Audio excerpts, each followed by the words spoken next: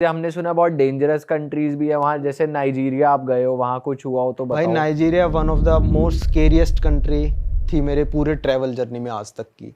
Nigeria को कहते हैं भाई kidnapping capital of the world. वहाँ पे सबसे ज़्यादा किडनैपिंग्स होती हैं। तो हम भाई लागोस मेन सिटी है नाइजीरिया में, वहाँ पे हम उतरे थे। हम उतरे और रात के बज रहे थे 2। तो 2 बज रहे थे तो हमने पुलिस ऑफिसर से पूछा, हमने ऊबर बुक कर रखी थी कि क्या हम ऊबर में बैठ के चले जाएं, क्योंकि ऊबर को यहाँ भी सेफ मानते हैं इंडिया में, रात के 4 बजे 2 बजे की ट्रैक हो जाएगी। तो पुलिस ऑफिसर हमसे बोली तुम तो पागल हो, तुम ऊबर बुक करके क्यों जा रहे हो, यहीं पे सो जाओ, एयरपोर्ट पे फर्श पे सो जाओ, पर सुबह जाना तुम, वरना तुम हो जाओगे किडनैप। पक्की बात है? पक्की बात है कि आप किडनैप हो जाओगे। अच्छा जी। तो फिर वहाँ पे मैंने नाइजीरिया में जब मैं था तो एक सिटी जा रहे थे हम, इबादान करके, लागोस से 150 किलोमीटर दूर है इबादान का शहर। तो वो हाईवे जाता है, एक मेन हाईवे उनका, काफ़ी मतलब मेन हाईवे है। तो हम जब पहुंचे और वापस आ गए ना, हमारे वापस आने के 2 दिन बाद हम खबर पढ़ रहे हैं न्यूज़ में कि पूरा हाईवे रुकवा देते हैं लोग। पूरा हाईवे चल रहा है, मतलब यहाँ पे जो भी आप हाईवे इमेजिन कर सकते हो इंडिया में, वो पूरा हाईवे रुकवा दिया, सारी गाड़ियाँ रुकी, बंदूक वाले बंदे आए। जो भी बंदा पसंद आ रहा है, जो फॉरेनर लग रहा है, इंडियंस बहुत रहते हैं वहाँ पे, जो बंदा फॉरेनर रह रहा है वहाँ पे, उसको किडनैप करके ले जाएंगे। ना पुलिस करती कुछ, ना कुछ करती, पॉलिटिकल पार्टीज कुछ नहीं करती, क्योंकि किडनैपर से तो पॉलिटिकल पार्टी वहाँ पे पैसे ले रही है। जो वहाँ से लेगा पैसे, जो क्या कहते हैं उसको, फिरौती, वो पॉलिटिकल पार्टी के पास जाते हैं। तो पॉलिटिकल पार्टी का पूरा सपोर्ट है। नॉर्थ नाइजीरिया में गया नहीं, वो तो भाई ये मान लो जहाँ पे मैं था उससे 5-6 गुना ज़्यादा खतरनाक है। तो भाई वो वैसे किडनैप करके लूट पार्टी करते हैं, पैसे वैसे लेते हैं? पैसे दे दोगे तो छोड़ देंगे, ज्यादातर ये मैंने सुना है, पैसे दे दो तो छोड़ देते हैं। बोको हराम करके एक मतलब टेररिस्ट ऑर्गेनाइजेशन है, वो करती है सब किडनैपिंग वगैरह।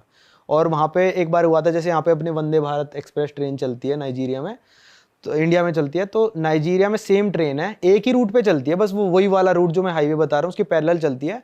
उन्होंने पूरी ट्रेन रुकवाई बाकायदा और सब लोगों को किडनैप करके ले गए, जितने भी फॉरेनर्स थे। अच्छा। क्योंकि फॉरेनर्स ही अफोर्ड कर सकते हैं, वहाँ पे गरीब देश है, तो उनको पता है फॉरेनर्स जा रहे हैं फर्स्ट क्लास में बैठ के, तो रुकवाई ट्रेन, आराम से किडनैपिंग करी और चले गए। अरे बाप रे बाप। भाई इसको इसलिए हम जब भी वहाँ पे, मतलब मेरे को अपने होटल से रेस्टोरेंट तक भी जाना होता था ना भाई, ऊबर बुक कराता था, अपने दोस्त के साथ ही था मैं तो। और भाई पूरा हम चौकन्ना रहते थे कि हमको कोई किडनैप ना कर ले। हमेशा एक गाइड रखा मैंने वहाँ पे साथ में।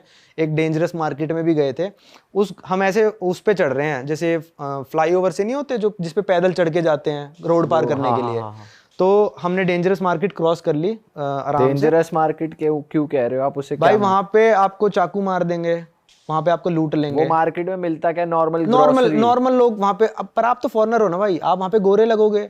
नाइजीरिया में तो सारे मतलब ब्लैक्स हैं, तो आप अलग से चमकोगे वहाँ पे कि इसके पास है पैसे। और इंडियंस वहाँ पे माने जाते हैं अमीर लोग, तो पहचान लेगा मेरी शक्ल से कि मैं इंडियन हूँ, तो वो चाकू मार देगा या लूट लेगा मेरे को, जो भी है। तो हम फ्लाईओवर पे ऐसे ऊपर चढ़ रहे थे, तो हमारा गाइड ना आगे आगे चल रहा था, और वो ना गाइड एकदम से पीछे मुड़ गया। वो नाइजीरियन था, पीछे मुड़ गया, कहता चलो चलो चलो यहाँ से चलो। हमने कहा क्यों? वो नाइजीरिया में इंग्लिश बोलते हैं, तो वो कहता वो 2 बंदे आप ऊपर देख रहे हो, वो लूटने वाले हैं हमको। हम ऐसे फिर ऐसे, मैं थोड़ा तेज तेज चलने लग गया भाई, ऑब्वियस सी बात है, थोड़ा बंदा डरेगा। कह रहा भाई आराम, 20 लो, इनको पता चल गया कि हम भाग रहे हैं, तो आराम से चलो, कुछ नहीं होएगा, कुछ नहीं होएगा, मैं बचा लूंगा। तो हमने थोड़ा हट्टा कट्टा सा बंदा रख रखा था कि भाई कुछ तो बचाएगा। भाई आपको लग रहा था वैसे वो बचाता आपको? हाँ भाई, वो बंदा कर रहा था, मतलब उसने काफी साथ उसने दिया। स्टार्टिंग में हेल्प करी थी कि नहीं, बात ये तो चल ठीक है कि बता दिया कि भाई यहाँ से निकलो, पर जब असली में चाकू खुल गया हाथ में तब की पूछ रहा हूँ बंदे मैं बता रहा हूँ, जो आपने मतलब जो ड्राइवर रख रखा है नाइजीरियन बंदा, जो क्या कहते हैं जो कुक रख रखा है, जो भी आपका सेफ्टी वाला है, वो पैसों पे काम करेगा। अगर आप उसको कह दोगे ना उस टाइम पे मैं तेरे को $100 दूंगा, वो अपनी जान पे खेल जाएगा, पर आपको रक्षा कर देगा आपकी वो। क्योंकि वो पैसों पे काम कर रहा है बंदा। पर पैसे नहीं दोगे तो वही लूट के ले जाएगा। अच्छा। तो अपने ड्राइवरों पे भी वहाँ पे इंडियन लोग यकीन नहीं करते हैं कि क्या पता यही हमको लूट ले, पर उनको सैलरी थोड़ी अच्छी देते हैं वो, ताकि ये लॉयल रहे। तो तुमने जो नाइजीरियन ये गाइड रखा हुआ, तुमने इससे और कुछ किस्से पूछे थे, कुछ बताया उसने तुम्हें, स्टोरीज वगैरह? ना, इतना बात करने का टाइम नहीं मिला, क्योंकि वो मार्केट में ही थे हम उस टाइम पे। और हमारी क्या हुई, मार्केट में ना हमने कहीं और गाड़ी खड़ी कर दी थी, तो मतलब जैसे गाड़ी किसी की ब्लॉक हो गई, तो अगले बंदे ने क्या करा, पंचर करके चला गया हमारी गाड़ी। पर वो नाइजीरियन इतना सही बंदा था कि जाता और कहता मैं ही पंचर लगाऊंगा, मैं ही करूंगा, तुम अंदर बैठो आराम से एसी में, तुमको कोई खतरा नहीं होना चाहिए, तुम बैठे रहो। तो कई बार अच्छे बंदे बहुत मिलते हैं, जैसे कहते हैं ना, जैसे मेंटेलिटी है कि ब्लैक लोग बेकार ही होते हैं, लूट लेते हैं, तो कई बंदे अच्छे भी मिल जाते हैं। सही कह रहे हो भाई, ये तो है। भाई आपके साथ एक बार ब्राजील में कुछ हुआ था, चाकू वाकू मारने का किस्सा, भाई लगते लगते आपको बचा था। हाँ भाई, तो वो क्या ब्राजील सीन के था भाई, बारे में बताओ। कुछ बताओ पहले तो, कंट्री एज अ होल, और आपके साथ क्या हुआ था वो भी बताओ। भाई सबसे खतरनाक जो पूरे दुनिया में कॉन्टिनेंट है ना, वो साउथ अमेरिका है। कोलंबिया ले लो, अर्जेंटीना ले लो, ब्राज़ील ले लो, वेनेजुएला ले लो, ये पूरा साउथ अमेरिका कॉन्टिनेंट सबसे ज़्यादा खतरनाक है। खतरनाक अलग अलग लेवल्स पे होता है भाई। सीरिया अपने में अलग खतरनाक, ही बम गिरेगा वहाँ पे, लोग आपको कुछ नहीं कहेंगे। नाइजीरिया में आप किडनैप हो गए, आपको मारेंगे नहीं डायरेक्ट। पर ब्राज़ील वगैरह में क्या है, आपको चाकू घोंप देंगे, आपको मार देंगे। तो ये वाला लेवल का खतरा है वहाँ पे, जहाँ पे जान का खतरा है, आपको बंदों से खतरा है, जहाँ पे आपको चल रहे हैं वहाँ पे बंदे। तो क्या हुआ था भाई कि हम, पहला दिन था मेरा, बिल्कुल पहला दिन, मैं साउथ अमेरिका में पहली बार लैंड हुआ था। पहला दिन था, मैं अपने दोस्त के साथ अपने होटल से निकला और अपने दोस्त के होटल की बाहर जाके खड़ा हो गया। मैं नीचे खड़ा हूँ, उसका वेट कर रहा हूँ, बस वो नीचे ऊपर से नीचे उतरेगा। तो भाई 3-4 बंदे आए। पहले शायद एक बंदा आया था, 1 या 2, वो आके पोर्तुगीज़ में कुछ बोलने लगे, वहाँ की लैंग्वेज पोर्तुगीज़ है। तो बोलने लगे तो हमने उसको इंग्लिश में रिप्लाई कर दिया। उसको पता चल गया ये फॉरेनर है, इनको नहीं आती हमारी भाषा, क्योंकि हम थोड़े ब्राज़ीलियन जैसे ही लगते हैं, वो भी थोड़े टैन है, हम भी थोड़े टैन है। तो वो पता करने आया था कि फॉरेनर ही हैं, यहाँ के बंदे हैं। तो उसको पता चल गया कि भाई ये तो हैं फॉरेनर बंदे, इनको लूटा जा सकता है। भाई विदिन ए मिनट, 1 मिनट में वो 3-4 बंदों के साथ आ गया। 2 बंदे हमारे पीछे खड़े हैं, मेरा दोस्त साइड में खड़ा है, 2 बंदे पीछे खड़े हैं, एक बंदा इस तरफ मेरी तरफ, एक बंदा मेरे दोस्त की तरफ। भाई उसने निकाल लिया अपनी जैकेट में से ऐसे चाकू और मेरे को दिखा दिया चाकू। अरे तेरी, ओ भाई मेरी ऐसी फटी ना भाई, क्योंकि मेरे को ये डर नहीं है कि लूट ले भाई, तो क्या लूट लेगा, मेरा 1 लाख का सामान लूट लेगा ज़्यादा से ज़्यादा। पर ये इसने चाकू घोंप दिया तो मैं क्या करूँगा यार, जिंदगी भर वो चीज़ मेरे को हर्ट करेगी कि मेरे यहाँ चाकू घुपा था, शरीर खराब हो जाएगा। मैं डर गया, मैंने कहा हाँ हाँ भाई। वो क्या, वो मेरा फ़ोन ना उल्टी जेब में था, वैसे हम जिस जेब में रखते हैं राइट साइड में, लेफ्ट में था उस दिन। तो क्या वो मेरी ना ऐसे ऐसे जेब ऐसे आके करने लगा, ऐसे ऐसे ऐसे कर रहा है करे जा रहा है, उसको फ़ोन मिल ही नहीं रहा है, मेरी जैकेट पे कर रहा है ऐसे ऐसे। तो उसने फिर दूसरी जेब में हाथ मारना शुरू किया। पहले तो मेरा भी इंटेंशन था कि भाई फ़ोन बचा लूँ अपना, फिर जैसे जैसे चाकू पास आता दिखाना मेरे को मौत तो दिख फिर रही औकात थी। दिख गई कि भाई नहीं ये तो मार देगा। तो मैं ऐसे फोन निकाल रहा हूँ, मैंने कहा ओके आई एम गिविंग ऐसे निकाल रहा हूँ, पर चाकू पास ही आया जा रहा है यार, रुक ही नहीं रहा है चाकू। मैंने कहा रोक ले भाई, दे रहा हूँ मैं, उसको समझ में नहीं आ रहा। तो भाई मैंने कहा यार ये मार देगा, मेरे को लग रहा है चाकू, मैं इसको फोन दे भी दूंगा। तो थोड़ा सा ही मैंने पुश करा होगा और मैं रोड के उस साइड भाग गया, दूसरी साइड। मेरी एक चप्पल भी उस साइड ही रह गई थी, मैं नंगे पैर खड़ा हूँ वहाँ पे रोड में, मैं दुकान में भाग गया। और दोस्त वहीं खड़ा हुआ है। दोस्त वहीं पे खड़ा हुआ है, वो भी थोड़ी देर बाद भाग ही गया, मतलब 2 सेकंड बाद शायद वो भी भाग गया होगा। दोस्त मेरे को पता ही नहीं चला ना कहाँ गया, मैं अपने हड़बड़ी में रह गया भाई।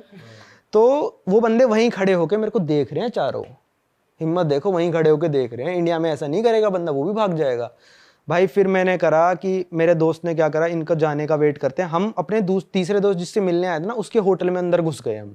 ठीक है, हम वेट करते रहे कि बंदे जा रहे हैं। मेरा दोस्त थोड़ा हिम्मत करके बाहर गया, पहले कहता मैं तेरी चप्पल उठा लाऊं। मैंने कहा साले तू चप्पल में जान रिस्क पे डाल दे। तो उठा के ले आया, वो कह रहा बंदे चले गए वो। तो हम थोड़े आगे गए, पुलिस वाले खड़े थे, हमने ट्रांसलेट करके दिखाया कि भाई देखो ऐसे ऐसा हुआ है हमारे साथ, और ऐसे ऐसे हम, मेरे को चाकू मारने आ गए यार, तुम कुछ करो। और हमको वो बंदे फिर दिख रहे हैं, उसी चौराहे पे खड़े हैं, वहीं खड़े हैं वो बंदे, मैं पहचान रहा हूँ उसको, जा ही नहीं रहे, पुलिस वहीं खड़ी है। तो पुलिस वाले ने कहा आपको चाकू लगा? मैंने कहा नहीं लगा। कहते आपसे कुछ लूटा पार्टी करी? मैंने कहा नहीं करी। तो कहता किस चीज़ का केस बनाया हम उस पर? हम कुछ नहीं कर सकते, जाओ। क्योंकि वहाँ की पुलिस जो है ना, वो गैंगस्टर से डरती है। वहाँ पे जैसे यहाँ पे स्लम्स होते हैं ना, वहाँ पे कहते हैं फवेला। मैंने फवेला का टूर भी करा था। वो इतना मतलब कंजस्टेड होता है सब कुछ कि आप ढूंढ नहीं सकते कुछ भी। पर मैंने जो फवेले का टूर के गाइड के साथ करा, पर उस गाइड ने मेरे को एक बात बताई कि आप इस फवेला में आओगे ना, आप अकेले भी आओगे तो भी आपको यहाँ पे कोई टच भी नहीं करेगा और आपसे कुछ छीनेगा भी नहीं फ़ोन। पर आप वीडियो बनाओगे, वो फिर मतलब इरिटेट हो जाते हैं, फिर आपसे कुछ कर सकते हैं। पर फवेला में आपके साथ कोई बुराई नहीं होगी, क्योंकि वो कंट्रोल करता है वहाँ का लीडर। अब फवेला में कुछ भी हो रहा है बुरा किसी के साथ, तो उनको पता चल जाता है इस बंदे ने इसके साथ लूटा पार्टी करी है, तो उस बंदे की क्लास लगा देते हैं वो।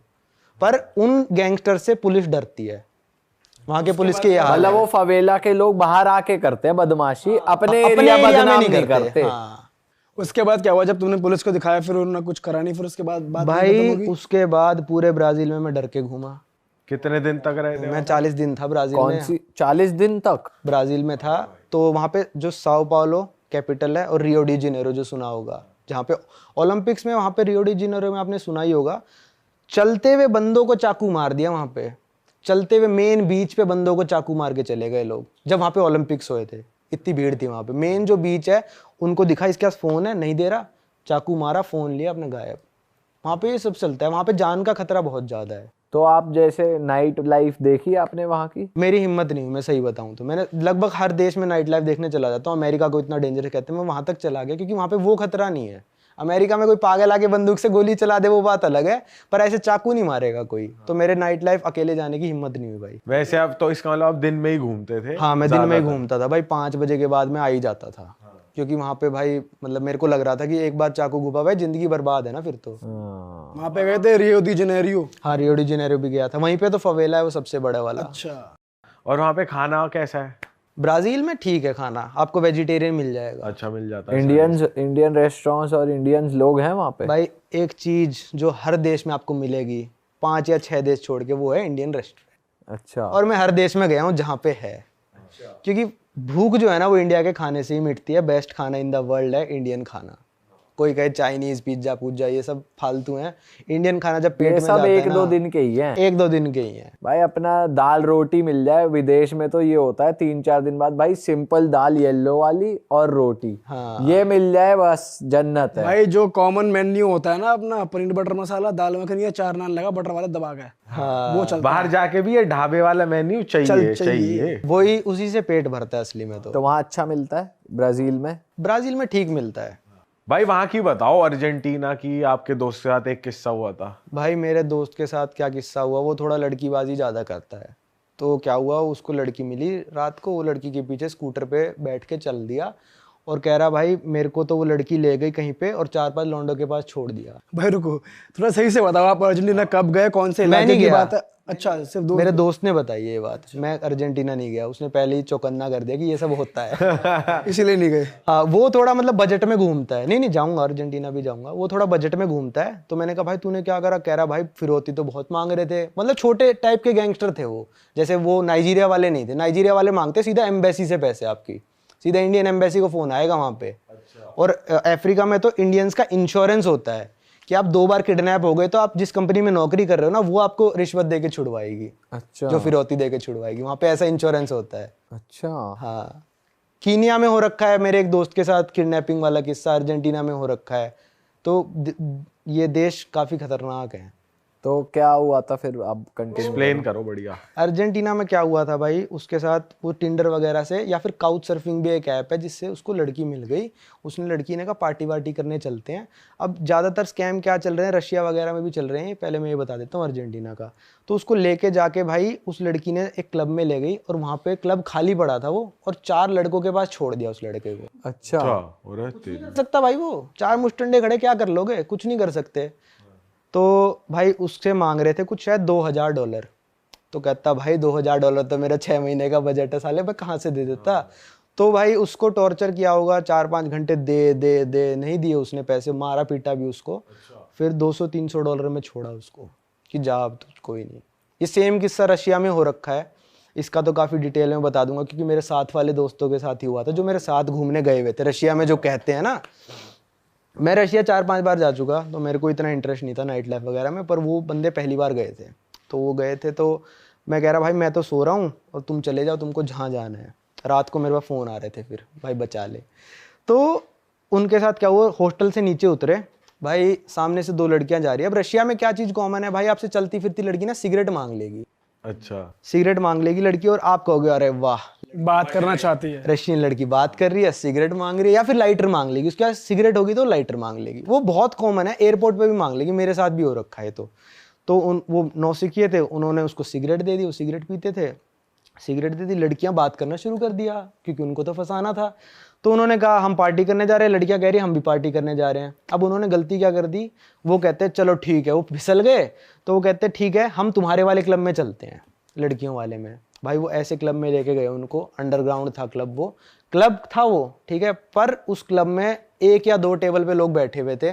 जाती ड्रिंक्स ऑर्डर करी, खाना ऑर्डर किया, कितने का ही होगा भाई, कितने का हो सकता है। बिल आया भाई 3 घंटे बाद उनका 50,000 रूबल का, मतलब लगभग 55,000 रुपये। और ये सच्ची कहानी है भाई, मेरे साथ जो बंदे गए थे उन्हीं का। तो वो कह रहे भाई हम तो पे नहीं करेंगे, ये नहीं करेंगे। तीनों लड़कियां गायब वहाँ से। बाउंसर आ गए, बंदे को अंदर ले गए कमरे में और सीधा पता है क्या बोलते, मारेंगे पैसे दे वरना। और भाई बाउंसर बड़े बड़े, एक मुक्का मार दे बंदा मर जाए। रशिया के लोग होते ही बड़े बड़े हैं। वो बंदा डर गया, उसने 10-1 हज़ार रूबल पेमेंट करी। कहते 50,000 माइनस 10,000, अब आपके बचे 40,000 अब ये दे। अब ये दे। वो मान ही नहीं रहे ना, वो क्या सोच रहा कि 10,000 देंगे तो मान जाएगा। तो भाई मेरे पास फोन आ रहा है, नवांकुर भाई ऐसे ऐसा हो गया, ये हो गया। मैंने कहा भाई चल एक काम करता हूँ, मैं पुलिस को फ़ोन करता हूँ, तुम्हारी पुलिस मदद कर सकती है। पुलिस का भाई इंग्लिश में कर रहे हैं बात। मैंने कहा ऐसे ऐसे मेरे दोस्त हैं, तो वो कहते हैं ओके गिव अस एड्रेस। मैंने एड्रेस दिया, पुलिस नहीं पहुंची। मैं रोड पे चला गया भाई, पुलिस की गाड़ी ढूंढ ली मैंने वहाँ पे। पुलिस ऑफिसर को मैंने ट्रांसलेट करके समझा दिया, मेरे दोस्त मुसीबत में है, वहाँ पे मारने की धमकी दे रहे हैं, प्लीज़ हेल्प कर दो। पुलिस बिना कुछ करे वहाँ से चली गई मेरे साथ। पुलिस भी मिली हुई है, इग्नोर करप्ट है, मिली हुई है। फिर उन्होंने क्या करा भाई, आखिरी में रो धो के कुछ 25,000 रूबल दे के आए उन लोगों को, और आखिरी में रो दिया उन्होंने कि हमारे पास कुछ नहीं है। भाई बंदा अंदर ले जाके वो बता रहा है कि भाई साइड में कमरे में ले गया, 2 दोस्त थे, कहता मैं अकेला रह गया, और उसको साले को अंदर ले गया, और वो आके बता रहा है कि मेरे को कह रहा है साले पैसे दे वरना मारूंगा। अच्छा, उस क्लब में जो बाकी 2 टेबल पे लोग थे वो लोग वो जा चुके थे तब।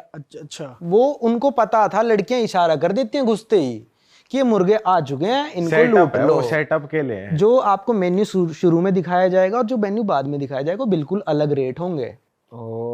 4,000 की चीज आपको बेच दी 50,000 रुपए में उन्होंने, वो मेन्यू ही अलग हो गया। अगले दिन हम एम्बेसी भी गए थे, मैंने कहा चलो इंडियन एम्बेसी चलते हैं।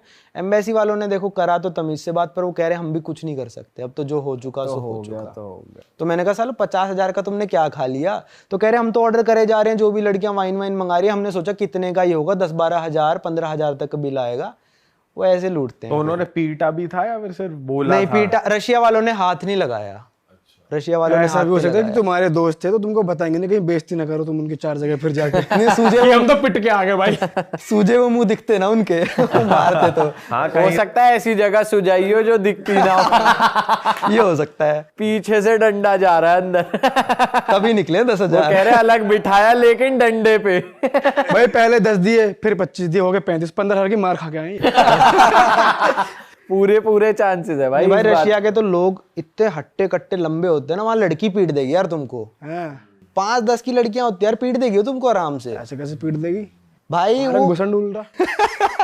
वहां के लड़के तो हम मुकाबला ही नहीं कर सकते। वहां की लड़कियां, वहां के लोगों की बिल्ट बहुत तगड़ी होती है, हाँ, तभी रशिया UFC वाले फाइटर्स मोस्टली रशिया के होते हैं, ये बढ़िया एथलीट होते हैं ये। अरे वाह, आपने ये वीडियो यहाँ तक देख ली भाई, तुमने हमारी मेहनत सफल कर दिया, तुम ही लोग हो असली रियल हिट। और अगर आपको बहुत मजा आ रहा है ऐसी क्लिप्स में, ऐसी वीडियोस में, तो फटाफट जाइए प्लेलिस्ट पे बिंज वॉच कीजिए, सारी वीडियोस देख डालो और मौज काटो। That is it. हम मिलेंगे नए पॉडकास्ट में, नई क्लिप में। Till then bye bye, see you, take care, do subscribe. Best of real talk online. Okay, bye bye.